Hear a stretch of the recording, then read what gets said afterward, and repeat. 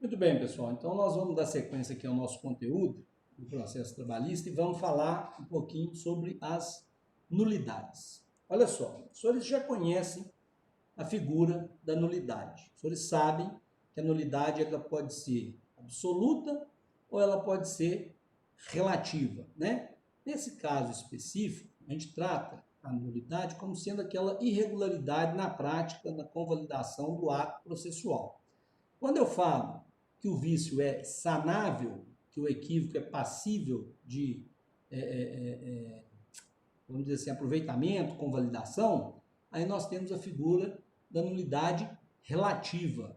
Já quando trata-se de uma irregularidade, de um vício não possível de reparo, algo que seja insanável, aí nós temos a figura da nulidade absoluta. Então, se um determinado ato, né, fere uma lei, uma norma de ordem pública, se ele impõe vício, defeito, vamos falar assim, ao ato praticado processual, não sendo disponível pelas partes, esse tipo de nulidade, ele compromete, né, o processo. E aí, ele é uma nulidade absoluta. Os senhores já aprenderam isso em processo civil, se aplica aqui ao processo do trabalho sem maiores diferenças, tá certo? Imaginem os senhores, por exemplo, se eu tenho uma reclamação trabalhista que tramita perante um juiz que não tem competência para decidir aquele processo, né? E o juiz vai lá e decide o processo trabalhista. É incompetência absoluta, não vai ter nenhum tipo de nulidade, né? A sentença é nula, correto? Então, é uma nulidade grave, uma nulidade que não tem como ser reparada, é uma nulidade absoluta, né? Por exemplo. Já aquela nulidade relativa, como eu disse, vício sanável, geralmente é um ato praticado no interesse da própria parte, né? E o vício está exatamente nesse ato praticado por alguma ação, por alguma omissão da parte, mas que ele pode ser convalidado, né? Imaginem os senhores, por exemplo, que o reclamante ingressa com uma reclamação trabalhista numa cidade que não seria o foro competente para julgar o processo dele. A reclamada, por exemplo, não argue exceção de incompetência, não questiona a competência daquele juízo. Esse ato, competência para processar e julgar o processo, será considerado válido por prorrogação, né? Se a reclamada não se opôs que aquele juiz trabalhista de outra cidade, não a cidade em que deveria ser a ação, julgasse o processo, se o réu não ofereceu exceção de incompetência, está prorrogada a competência, né? E esse vício está sanado automaticamente, por omissão do réu, já que o réu não alegou no momento oportuno. Então, a figura da nulidade relativa, senhores, ela é no sentido de que pode se aproveitar, convalidar, né, e tocar, vamos dizer assim, a marcha processual que aquele vício, aquele defeito, ele fica superado. Então, observem os senhores que aqui não há grande diferença daquela teoria de nulidade que os senhores aprenderam no processo civil. Quando os senhores consultarem a nossa doutrina, os senhores verão lá que a nulidade processual trabalhista, ela segue aqueles mesmos princípios, né, do processo civil. Então, é comum ao processo do trabalho e ao processo civil aquele sistema chamado de sistema de nulidades, né, que eles já aprenderam lá no processo civil, e que o objetivo é dar uma regulação, né, à figura do ato processual de forma a determinar o que é nulo, o que não é nulo, se a nulidade é relativa, se a nulidade é absoluta, né? Então, por exemplo, se a lei prescreve que o ato praticado tem que ser feito sob determinada forma, né, e não comina nulidade, desde que a parte pratique o ato e esse ato alcance a sua finalidade, ainda que realizado de outro modo, né, que é o princípio da instrumentalidade das formas, ele vai ser válido. No processo de trabalho, isso acontece normalmente. Então, observem os senhores que a nulidade do ato não necessariamente implica na nulidade processual, né? Porque eu posso ter um ato, quem está desenhando aí, você, Jamil? Não, não desenhando aí, ó. A nulidade, tá que rabisca a telinha, não tem problema, passa as coisas. Alguém está anulando tudo aí, né? Mas não sou eu, não. Pode rabiscar, é seus, tá? Pode, é feito por vocês, pode rabiscar, vocês que mandam. Olha só, veja, o ato ele pode ser nulo, mas se for uma nulidade relativa, ele pode ser convalidado. Isso não necessariamente vai implicar a nulidade do processo, né? Então a gente caracteriza, de acordo com esses princípios, senhores, a nulidade, de acordo com a forma com que ela é realizada, de acordo com alguns princípios, algumas definições desse sistema de nulidades, como eu disse, igual e aplicável ao processo de trabalho, tal como os senhores aprenderam lá no processo civil. A gente até revê isso lá na matéria, né, no conteúdo, que é a nulidade quanto à forma. Veja bem, como eu dizia, se existe uma forma prevista em lei... Oi. Só um minutinho antes de você continuar, é só volta nessa parte aí dessa diferença de nulidade do ato e nulidade processual, não peguei muito bem. Tá, olha só, veja bem. Imagina o seguinte, imagina como eu disse lá, que eu dei o exemplo aqui da prorrogação de competência, né? Vamos supor que o sujeito ingressou com uma reclamação trabalhista em Contagem, quando, na verdade, o foro competente seria o foro de Belo Horizonte. Quem é que tem que arguir exceção de incompetência? Não é o réu? A reclamada? Não é assim que funciona? Muito bem. A reclamada não falou nada. Aí eu te pergunto, existe uma nulidade quanto ao processamento do processo fora da competência em razão do lugar, fora do foro, seria o foro adequado? A resposta é sim. Mas o fato da reclamada não questionar essa competência, não arguir a exceção, isso vai prorrogar a competência daquele juiz e será convalidado, em razão de omissão da reclamada, a competência daquele juiz. Ou seja, poderá o processo prosseguir normalmente e a nulidade estará superada, correto? Então, veja, havia de fato uma nulidade naquele ato específico de processamento da reclamação trabalhista naquele foro. Mas, por isso, há a nulidade processual e o processo é nulo? A resposta é não. Diferentemente, né, se fosse o caso de uma competência absoluta. Então, a gente não deve usar como sinônimo nulidade de ato processual com a própria nulidade processual, correto? São coisas distintas. Eu posso ter um ato que anula todo o processo, como eu posso ter um ato que, apesar de nulo, não gera nulidade para o processo. Vamos tentar dar um outro exemplo aqui para ficar bem claro, Verônica. Olha só, quando a gente falava na aula anterior sobre os atos processuais, a gente falava sobre notificação, intimação, citação, beleza? Vamos até pegar a fala do Zupo aí, quando ele questiona aquela questão da fraude, possibilidade de anular processo e tal, etc. Ó, pensa o seguinte, o Zupo, ele tem lá uma empresa, né? E ele, nessa empresa, a Ana prestava serviço para ele. Aí houve a rescisão do contrato dele com a Ana, e a Ana não é mais empregada dele, ok? Eles não têm mais o vínculo empregatício. Isso acontece que o Zupo mudou de endereço, ele transferiu a sede da empresa dele, a empresa dele está indo bem, de vento em polpa, cresceu, ele saiu do endereço que ele tinha, foi para um outro bairro, um endereço maior, um galpão maior, etc., está lá, em outro local. A Ana, quando entrou com a reclamação trabalhista dela, informou o endereço lá, onde ela trabalhava, onde era a empresa dele, né? Quando chegou lá a correspondência, né? Foi mandada pelo correio e tal, não encontraram ele. Aí mandaram correio através de registro. Também não ocorreu a citação. Falou que o imóvel, o correio foi lá por 3 vezes, o imóvel estava fechado. Está acompanhando o raciocínio? Beleza.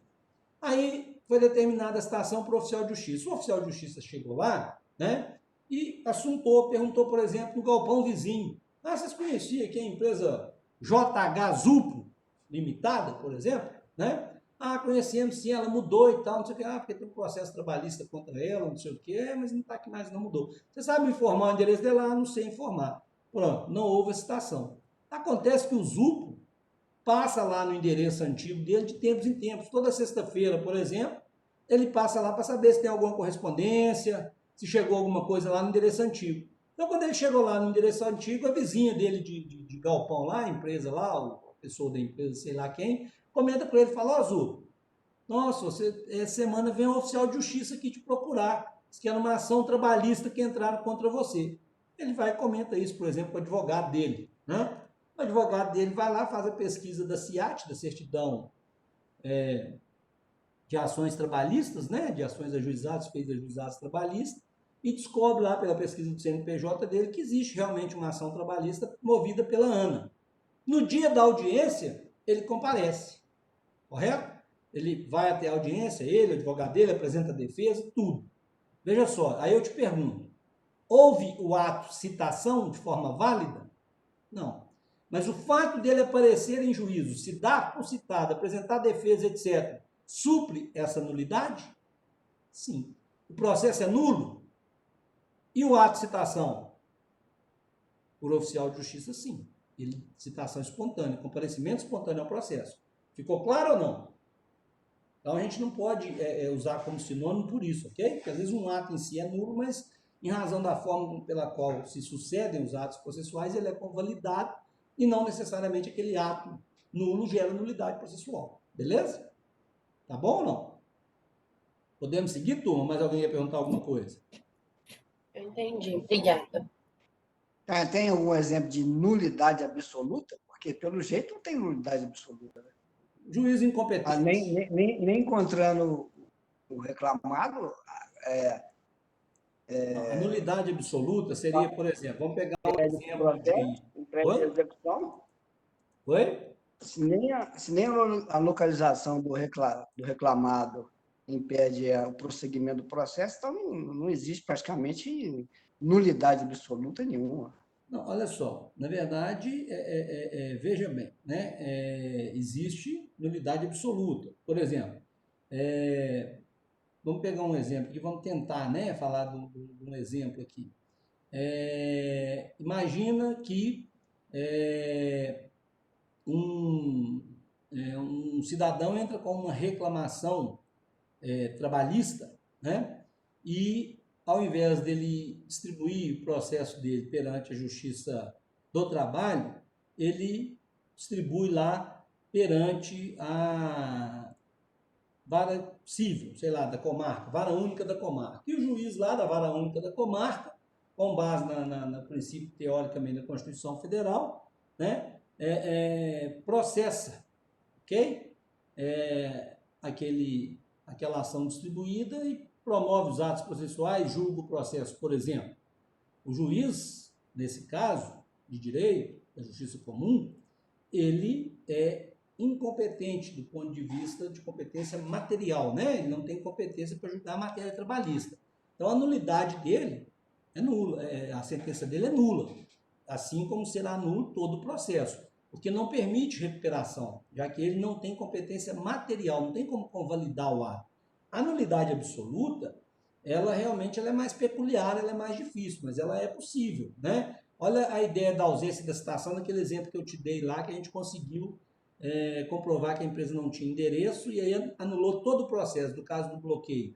A citação era nula. Isso gerou uma nulidade absoluta de todos os atos a partir da citação, porque nula a citação, entendeu, Zu? Então, a partir dali, tudo que aconteceu no processo foi anulado. Nulidade absoluta. Teve que começar do zero, reabrir prazo para defesa, fazer nova audiência, instrução do processo, zerou tudo. É outro exemplo de nulidade absoluta. Não é comum, mas é possível, entendeu? Seria o caso também do servidor público abrir reclamação trabalhista? Acho que não pode, não pode? Não, servidor público não. Aí tem que ser empregado seletista, né? O servidor público, ele é estatutário. Então, se ele abrir uma reclamação trabalhista, é nulidade absoluta.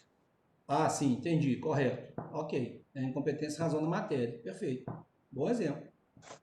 Cara concursado, por exemplo, da Polícia Militar, um exemplo, né? O juiz Juiz de direito entrar com uma ação na justiça contra o Tribunal de Justiça, a reclamação trabalhista pedindo hora extra, por exemplo. Já pensou?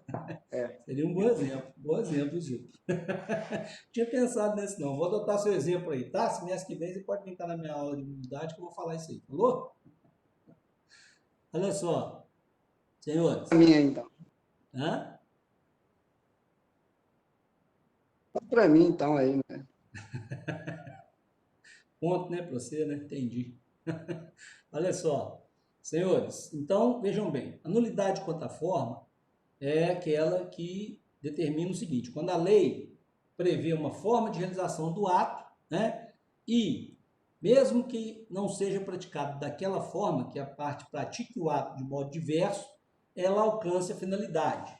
Quanto ao prejuízo, né, a gente fala da nulidade no sentido de avaliar se aquele ato traz algum tipo de prejuízo para o processo, se de fato causa prejuízo para as partes. Se não houver prejuízo às partes, nem prejuízo ao processo, não há que se decretar nulidade. Só é decretada a figura da nulidade, senhores, quando de fato a nulidade gera um prejuízo processual, né? E esse princípio do prejuízo, também chamado de princípio da transcendência, que vocês aprenderam lá no processo civil, a ideia dele é o seguinte: se não tem prejuízo às partes, se não tem prejuízo ao processo, não há por que se declarar nulidade, né? Não faz sentido. Se não prejudicou ninguém, não interessa, né? A nulidade ela fica para trás, ou seja, só há nulidade quando os atos inquinados ou quando os atos alegados nulos trouxer prejuízo às partes. Se não tem prejuízo ao processo, se não tem prejuízo às partes, a nulidade não será decretada, né? É um princípio do processo civil que a gente usa aqui na Justiça do Trabalho. Inclusive, nós temos uma previsão no artigo 794 que fala exatamente isso, né? Só se declara nulidade se dela houver prejuízo. Se não houver prejuízo, nada de nulidade, correto? Outro princípio aí, com relação a essa figura da nulidade, é quanto à convalidação, né? Olha só, o que é convalidar alguma coisa? Está ligado à ideia de, e esse princípio, quando vocês aprenderem no processo civil, só para a gente registrar aqui, vocês também aprenderam ele com o nome do princípio da conclusão, da preclusão, né? Quando fala de nulidade. Então, o princípio da convalidação ou o princípio da preclusão, a ideia dele é o quê? Não se declara nulidade a não ser que a parte se manifeste. A arguição de nulidade tem que ser pela parte. A parte, na primeira oportunidade em que ela tiver que falar no processo, ela tem que arguir a nulidade. Se ela não arguir a nulidade naquela primeira oportunidade, deixar passar, está precluso. O ato está convalidado. Olha o exemplo que a gente dava há pouco aqui sobre a figura do foro. A ação tinha que ser Belo Horizonte. O reclamante optou por entrar com a reclamação em Contagem. O que a reclamada tinha que fazer? Entrar com a sessão de competência. Na primeira oportunidade, na defesa. Ela não fez. Não arguiu a sessão de competência. Então, não pode ela ficar quieta, deixar o processo seguir, tem acordo não, vão ouvir as partes, vão ouvir testemunha, vão fazer perícia. Quando vem a sentença, a reclamada fala assim: mas espera aí, o processo tinha que ter sido em Belo Horizonte, não pode ser em Contagem. Uai, você tinha que ter falado isso lá atrás.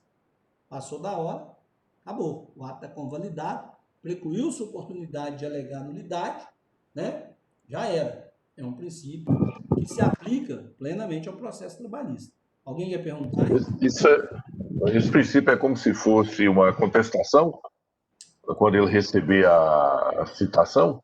Na verdade, não só a citação, mas quando você receber a intimação, a citação ou a notificação sobre qualquer ato, tá certo? Que você entenda que é um ato nulo. Você tem que manifestar e arguir a nulidade naquele primeiro momento. Se você não fizer isso, no momento em que o ato acontece, na primeira oportunidade em que você tem que se manifestar no processo, você está aceitando aquele ato, convalidando, reiterando, no sentido de dar valor, reconhecer que o ato está sendo praticado, você está aceitando aquela forma.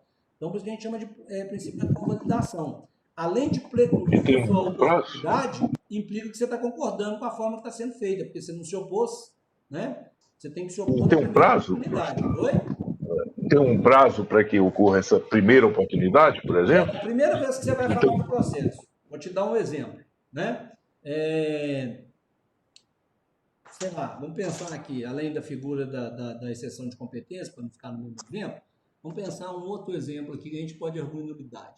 Imagina o seguinte, imagina que foi determinada no processo a um pedido de insalubridade, ok, Jamil? Então, há um pedido de insalubridade, está discutindo se o ambiente de trabalho era salubre ou insalubre, se é nocivo à saúde do empregado, correto? Adicional de insalubridade, vamos lembrar lá do direito material trabalhista, ok? Beleza. Então, pedido de insalubridade. Aí o juiz determina a realização da perícia. Intima o autor e dá prazo ao autor para apresentar quesitos. Mas, por um equívoco da secretaria, do juiz, sei lá o quê, não foi intimado o réu. Nem da nomeação do perito, nem da data da perícia, nem da oportunidade para ele apresentar quesito.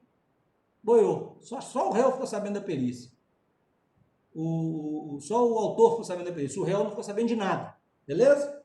De repente, você está lá, né? Chega uma publicação com o resultado da perícia. Vista do laudo pericial. Aí você vai lá, abre o laudo pericial, está lá o resultado da perícia. O que você tem que fazer? Impugnar o laudo pericial, falar que o resultado está incorreto, que não era insalubre, que o cara tinha EPI, ou arguir nulidade e falar que a perícia realizada é nula, porque não foi dado contraditório, não permitiu ao réu acompanhar, não permitiu apresentar quesitos. Se você optar por responder ao laudo e entrar no mérito da apuração do laudo, você não vai poder mais arguir nulidade. Então, o que você tem que fazer? Está aceitando o laudo, né? Pode estar contestando o que tem nele, mas aceitou a realização. Então, a primeira oportunidade será aquela em que você vier a falar no processo no primeiro momento. Ok? Então, é a sua vez de manifestar. Argue logo a nulidade. Se não arguir, depois não pode arguir mais. Ficou bom aí? Perfeito. Olha. Beleza. Professor. Na nulidade, não pode, né? Se o juiz bonzinho percebe a nulidade e de ofício ele manifestar, não pode de jeito nenhum, né? Não entendi, Zupo. Repete, por favor. No caso, o próprio juiz, observando o processo, ele vê que tem uma nulidade. Ele pega e notifica lá a parte dessa nulidade para ele corrigir. Não, ele pode declarar de ofício. Não tem Ele pode ficar ciente, a declaração de ofício do juiz, ela é plenamente compatível. Agora, se ele não fizer, porque muitas vezes, o que acontece? Muitas vezes esses atos processuais, eles são praticados pela secretaria numa marcha normal do processo. Perito apresenta o laudo, se abre vista do laudo. Nem sempre vai para o juiz pela prevista do laudo. Às vezes tem juiz que já fixa na ata de audiência. Na Justiça do Trabalho é comum você chegar para fazer uma audiência, o juiz colocar assim, exemplo, né? Processo de insalubridade. Conciliação recusada. Defesa escrita com documentos. Prazo para o reclamante impugnar de 10 dias. Após a impugnação do reclamante, fica nomeado perito, sou fulano de tal, para em 20 dias realizar a perícia e apresentar laudo pericial. Ficam as partes intimadas para, no prazo de 5 dias, a contar de tanto, apresentar quesitos no processo. Apresentado o laudo pelo perícia, determina o prazo de 10 dias para que as partes manifestem sobre o laudo, após concluído. Às vezes o juiz só vai pegar o processo lá na frente, entendeu? Isso é normal na Justiça do Trabalho, dado ao princípio da simplicidade de formas e da celeridade, além da economia processual. Então, nem sempre, e talvez isso seja uma grande característica da celeridade do tempo de duração do processo de trabalho, porque às vezes a prática dos atos processuais nem sempre depende de um despacho do juiz, já vai no automático. O juiz já marcou a perícia, já nomeou o perito, já definiu os prazos. A secretaria vai só cumprindo os prazos. Então, pode ser que o juiz de fato veja a ocorrência de uma nulidade desse tipo, mas pode ser que não. E aí cabe à parte arguir. Se a parte não arguir, confiando que o juiz vai decretar de ofício, e o juiz não decretar de ofício, haverá convalidação em princípio da preclusão. Ficou claro, não? Professor, Oi. Nesse exemplo sai só a perícia, né? Nesse exemplo o quê? Sim. É tirar só a perícia. Anula a perícia para frente. O que está para trás, que foi praticado corretamente, nada feito. É uma nulidade relativa. Professor. Oi, Luana? Isso.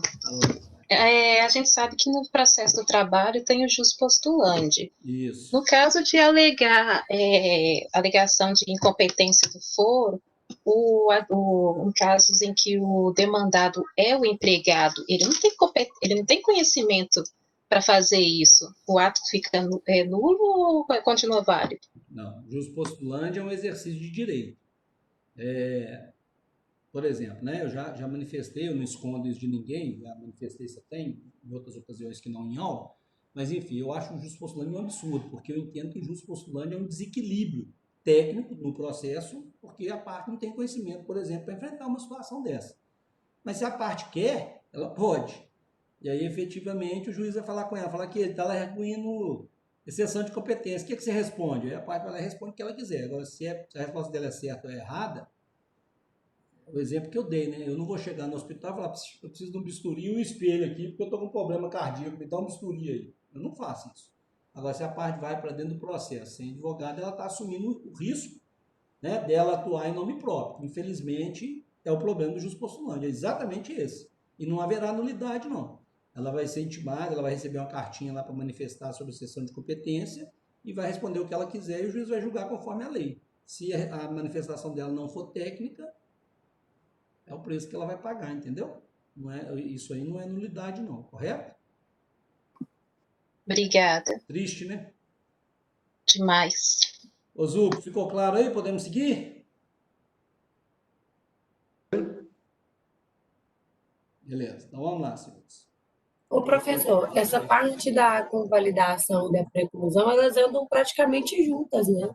Sim. É basicamente a mesma coisa, uma complementa a outra. Se você perde a oportunidade de arguir, está precluso, né? Além do fato que se você não faz a impugnação, você aceita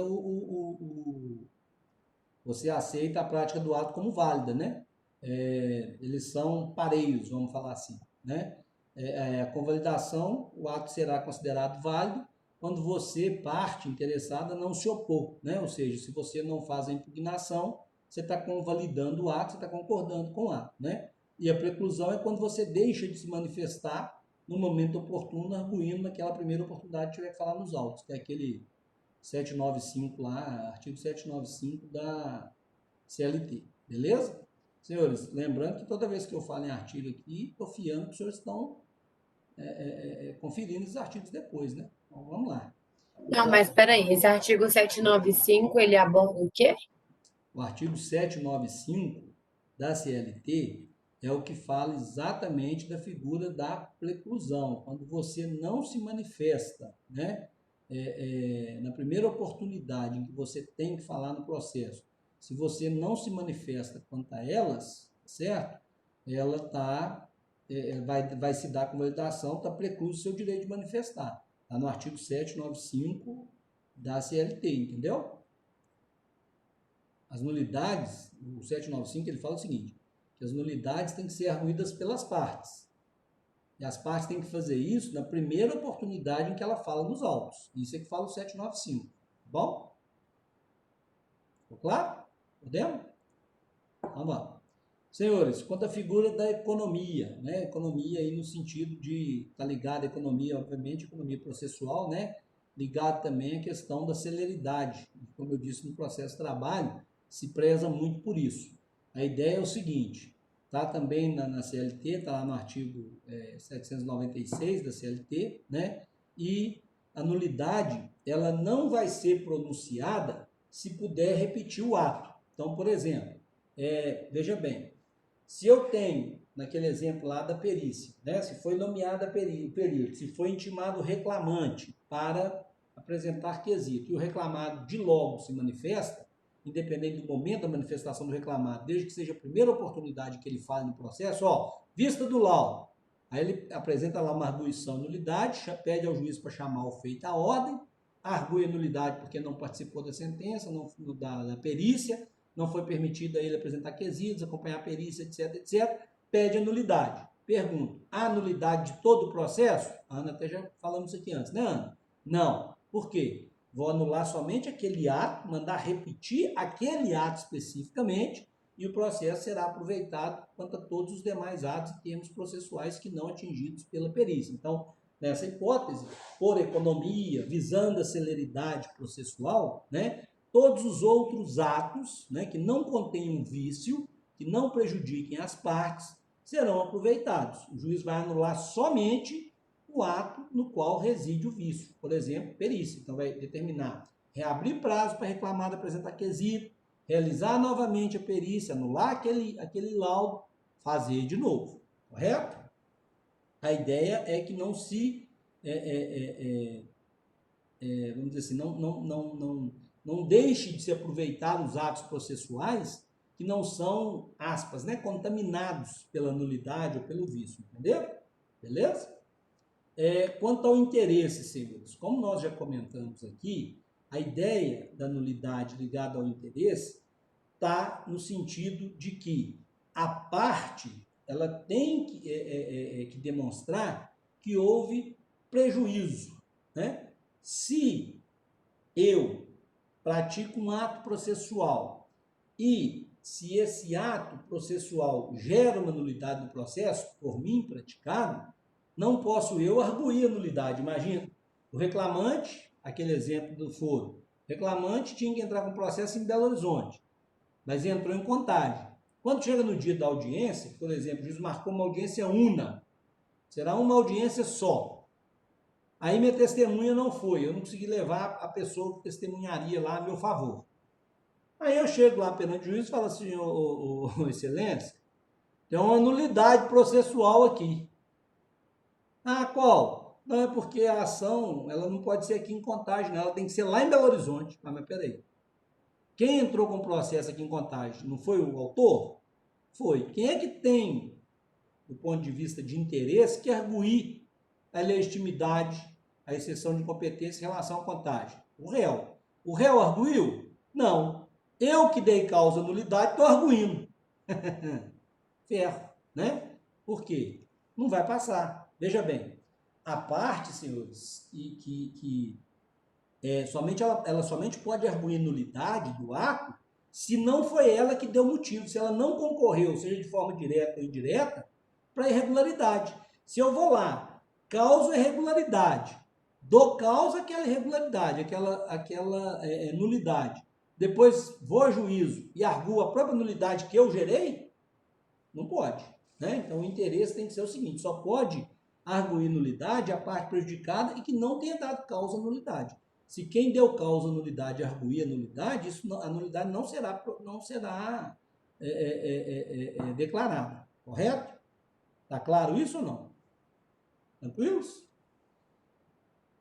Por fim, senhores, a figura da utilidade. Né? Vejam bem, a utilidade ela está ligada à ideia também aqui, viu, Verônica? Muito ligada àquela figura do princípio do prejuízo, né? Por quê? Porque eu não vou declarar nulo um ato que não tenha nenhuma consequência, que não gere nenhum efeito para o processo.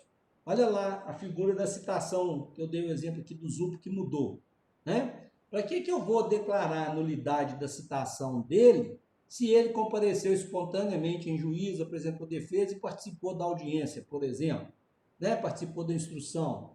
Então, a gente só declara nulidade quando houver utilidade, ou seja, se tratar de um ato que a nulidade prejudique o andamento do processo. Se o ato inquinado de nulo, se aquele ato que a gente argui como tendo algum vício ou algum defeito na forma que ele foi praticado, se esse ato não faz diferença para o andamento do processo, se o processo caminhou normalmente, os outros atos se deram naturalmente, com observância de tudo que a lei determina, não há nenhuma utilidade para o processo e se declarar a nulidade. Ela não será pronunciada pelo juiz, ok? Só se ela for útil. Se não houver utilidade, não haverá nulidade, né? A gente até, inclusive, faz... Professor. Oi. Um minutinho. O ato vai ser nulo quando for útil, né? Quando a nulidade trouxer utilidade para o processo. Veja bem, o exemplo que eu estava falando aqui é aquele exemplo lá da citação. Qual a utilidade para o processo em declarar nulidade de uma citação se o réu citado compareceu, fez defesa, trouxe testemunha, participou da audiência, ou seja, todos os atos processuais se deram conforme a regra, conforme a lei. Foi respeitado o devido processo legal. Por que, então, declarar nula a citação se o próprio réu veio ao processo, se deu por citado, espontaneamente exerceu o seu direito de defesa, etc.? Perde o objeto da nulidade, né? Exatamente. Não há por que declarar nulidade. Não haverá utilidade para o processo, não tem resultado prático no processo declarar essa nulidade, entendeu, Verônica? Está muito ligado à figura do prejuízo. Muito ligado à figura do prejuízo. Eu não vou declarar uma nulidade que, para o processo, ela é indiferente. Veja bem, se o juiz declarar que o ZUP, naquele exemplo que eu dava lá do galpão, lembrou? Se o juiz declarar que o ZUP não foi citado e que há nulidade de citação, isso vai repercutir como no processo? Se ele mesmo veio, se ele mesmo falou, não, fiquei sabendo do processo, estou aqui, está aqui minha defesa, trouxe meu advogado, trouxe minhas testemunhas, está aqui minha documentação. Para que discutir a citação dele se ele já veio espontaneamente no processo? Qual a utilidade de se falar sobre citação válida ou não? Se ele se deu por citado, entendeu? Esse é aquele mesmo, parecido com aquele princípio do pas de nullité sans griffe, Princípio do quê? do direito civil, pas de nullité sans griffe, do Não estou conseguindo entender. direito civil. É pas de nullité sans griffe. Você Sem nulidade não há... Hã? É porque eu não estou tá chiando, eu não estou conseguindo entender o que você está falando. Vou escrever. Isso, escreve no chat aí que eu te falo. Ficou claro aí, Verônica? Ficou. É porque eu escrevi assim, ó, se o ato não for útil, ocorrerá a nulidade daquele ato. Então é o contrário, né? Se o ato for útil, é que vai ocorrer a nulidade dele. Presta atenção.